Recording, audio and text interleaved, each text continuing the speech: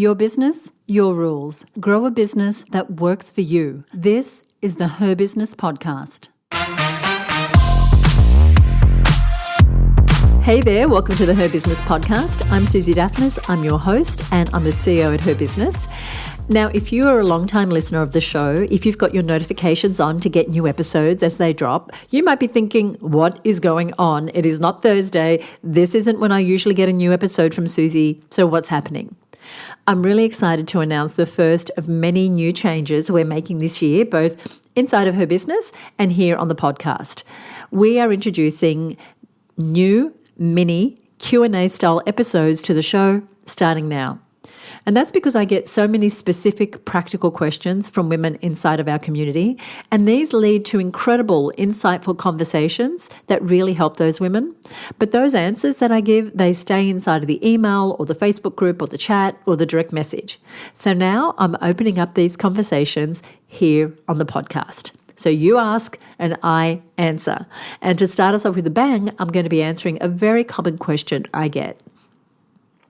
How can I turn my cold leads into warm ones without feeling salesy?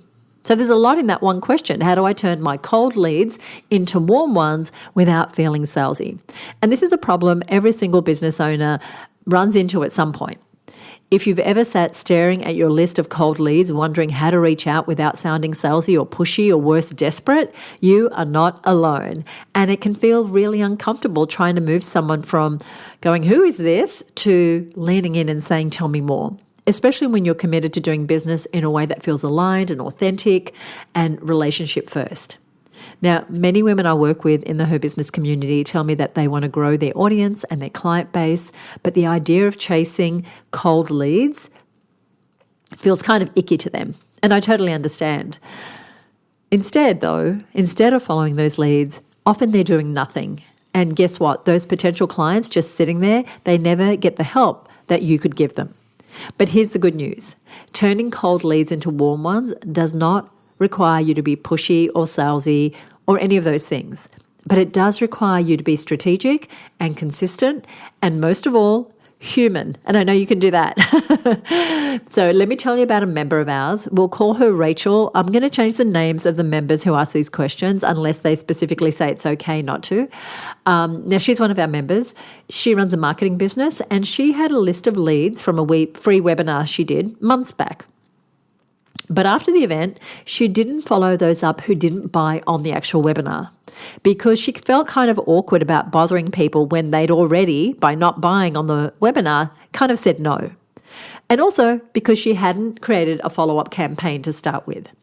And when I talked to her, I asked her, well, what if following up wasn't about selling or being pushy? What if it was about really serving those women? And that reframe, that changed everything for her.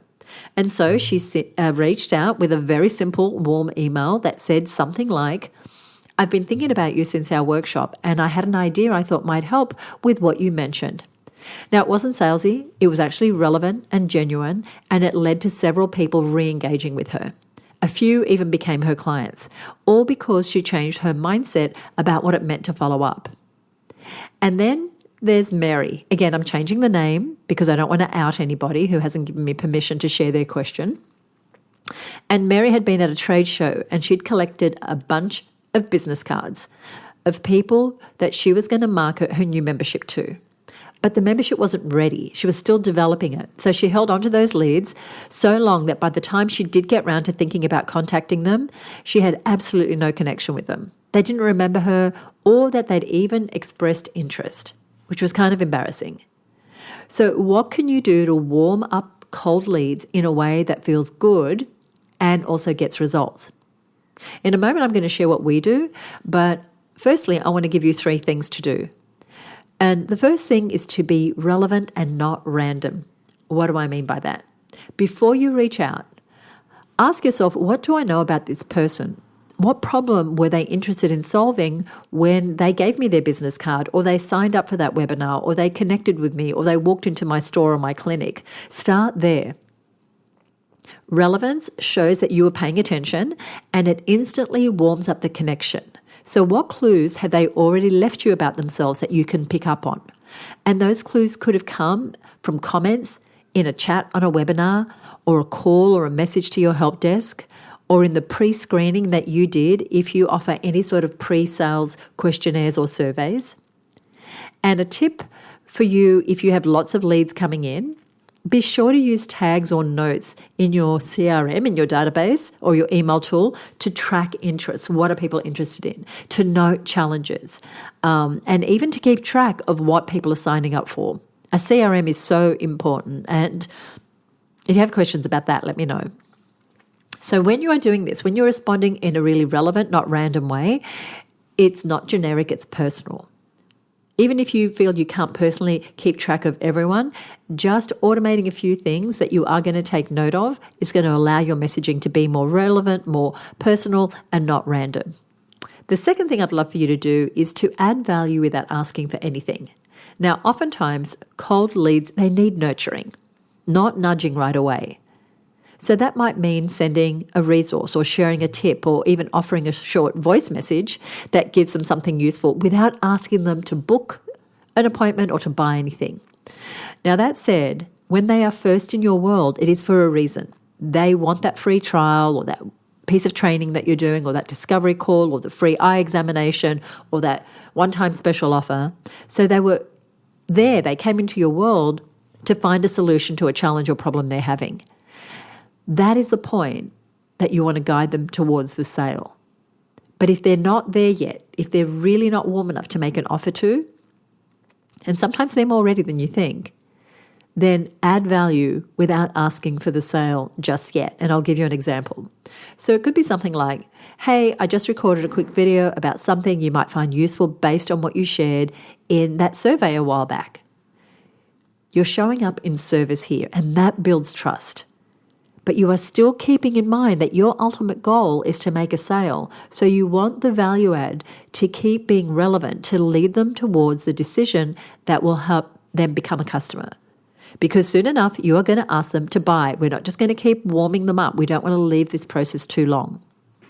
The third thing I want you to do is to create a pathway.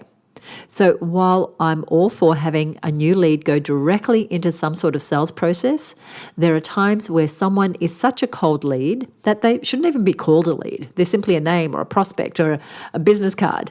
Though I hope this is the exception rather than the rule for you. And so instead of jumping from they downloaded something to buy my thing, think about the in-between steps. Maybe it's inviting them to a free online challenge or a discovery session or a webinar or an in-store promotion or a free trial or a private community. You want to give them a safe, small next step that deepens the relationship. So for example, when we're looking to sell membership to the Her Business Network, someone might come into our world from a great lead magnet that we promote via ads. So, for example, we have one that's running right now called the Money Metrics Blueprint for female entrepreneurs. And when people download that, what we offer on the pathway is a free ticket to a webinar called the Profitable Business Workshop. And then on the webinar, we give lots of value and we make relevant why now that they have this information about their numbers, that they're on a path already to getting better financial results in their businesses, why now is a great time for them to get deeper support inside the Her Business Network. And then on that webinar, we give them the opportunity to apply to join us. So the pathway has numerous steps. An advertisement that goes to a free download, and then the free download offers them a spot in a webinar, and that's offered to them as the next step immediately when they download the lead magnet. And then on the webinar, we make an offer to them becoming a member. So there is a pathway. And this is a predetermined pathway. We don't, build the plane as we're flying it, as the saying goes. We've predetermined that these are the steps in the marketing funnel. The other thing that we develop before we start running ads and before we get the lead is the whole process. So what happens to a lead, whether they get a call or an email or they're sent to a particular landing page or they get a personal video, etc., that is all thought through and built out before we start to generate the leads. As soon as someone is on our email list, we have a nurture sequence that delivers what it is they requested information about, and then a short series of emails that offer them the next step, whatever that is, which has been predetermined as the right next step for that person. So they don't go into a generic sequence of being kept warm. That is such a waste of time. And I know so many people are doing that when actually you want to follow them up quickly with whatever the right next step is for them. Then if they go through our sequence, that's directing them to the next step, and they don't buy, then we hand them over to our weekly nurture sequence that continues to add value until we have another relevant offer to put in front of them. So, what could you do to turn your cold leads warm? Think about, what did those leads come to you looking for in the first place? What next step could you give them that would genuinely help them with their problem? Then, how will you offer that solution to them? What pathway will you create to turn cold leads into warm leads, into buying customers? I'd love to know what your pathway is. You can let me know over at Her Business Instagram account. You'll find us at Her Business. You can connect with me personally on Instagram, or you can just write to podcast@herbusiness.com. I'd love to know what your pathway is. And if you have questions, if you're a Her Business member, be sure to post inside of our exclusive group to get further support with that and access to the resources that we have. This is our first mini Ask Susie episode. We've got some great questions that I'm going to be answering in upcoming episodes. If you're a regular listener to the show, you might know that we have declared 2026 the year of leverage inside of Her Business. And these Q&A episodes are part of that project. I want to help you get the leverage you need to make your business work for you. And automating your marketing, as we discussed in this episode, having a way to get cold leads into warm leads without feeling salesy is a great way to do that. So rather than reacting after you get a lead or a business card or whatever it is, you create a predetermined system that can be automated. You pre-write the email sequence. You determine what the next step will be. You know well in advance what it is that you're trying to sell them. So this is about leverage. So this is about warming up those leads and getting them to buy without working harder or longer hours. That is the goal. And each of these Q&A episodes is going to help you get more leverage in your business, whether it's in the area of sales and marketing, which we're focused on this month, whether it's about your systems, your finances, your team, all the other important parts of running a successful business. Now, here's what I would love for you to do. When you leave a review of this podcast, please include something about the biggest challenge or frustration you're facing right now in business. Ask me the question that you've been running circles around trying to figure out by yourself. I'm going to be answering as many questions as I can in these new bonus episodes. And I can't wait to get into your specific challenges and help you along your business journey. Now, this is episode 343, so over at herbusiness.com/343, I'll add links to anything we've referenced here today. And I've included links to a couple of episodes of the Wonderful Content Sales podcast, which I've co-hosted with Michelle Falzon, where we've also covered this idea of leads and lead nurture as bonus episodes for you. And of course, the most important thing for you to do is, if you're not already a member of Her Business, is to join me and our incredible community inside the Her Business Network. And you can apply to join us now at herbusinessnetwork.com. And within 72 hours, you'll hear if your application has been accepted. It's nothing onerous. It's just that we want to make sure that we can deliver on what your business needs this year. So thank you so much for listening. And remember, this is your business, so play by your rules. And I want to end this episode by reading some words from one of our lovely listeners, who is also a Her Business member, and her name is Bridget Hallam. She has a business called Throw Your Leg Over, which is such a fun name, and she helps motorcyclists, especially women, who are looking for more adventure, and she inspires them to dream big and plan their next big adventure. She's got a monthly membership, she produces motorcycle guidebooks, and she does luxe tours through the European Alps. So cool. So she left us a message over on Spotify, actually. I love that you listen in all the places. She said, and this was about episode 327, which was about growing your business without sacrificing your relationships. And she said, the Her Business podcast delivers again relevant, useful, actionable content that goes straight to the heart of the challenges women experience when we run our own businesses. Thanks, Susie. Well, thank you. You know, I'm a big fan of you and the work that you do, especially as you're empowering women to get on their bikes in the best possible way. So if you enjoyed this episode, I would love it if you would leave us a rating or review. Apple Podcasts or Spotify are probably the best places, or you can shoot me a direct message on Instagram. You'll find us at Her Business on Instagram. And once again, on our website, salesy.com/343. You'll find a summary of today's episode and links to other resources that we've talked about.